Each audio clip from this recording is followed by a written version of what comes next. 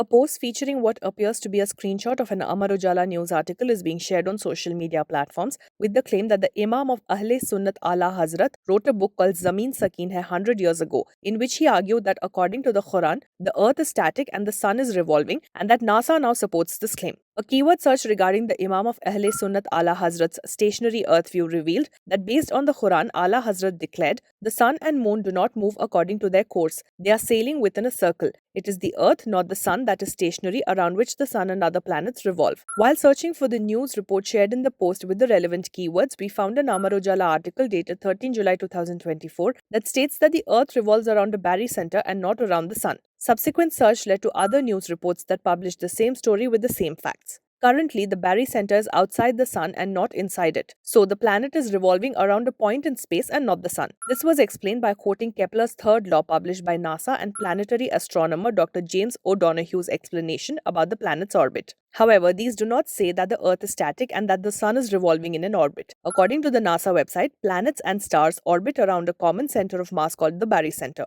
This is usually near the heaviest object. Between the Sun and Earth, the barycenter is close to the Sun's center. For the Sun and Jupiter, it's outside the Sun's surface. The entire solar system has a barycenter, which is the center of mass of all the objects in it. The Sun, Earth, and all the planets orbit around this point. To sum up, as NASA does not support Imam Ahle Sunnat Ala Hazrat's view of the revolving sun and static earth, this post is fake.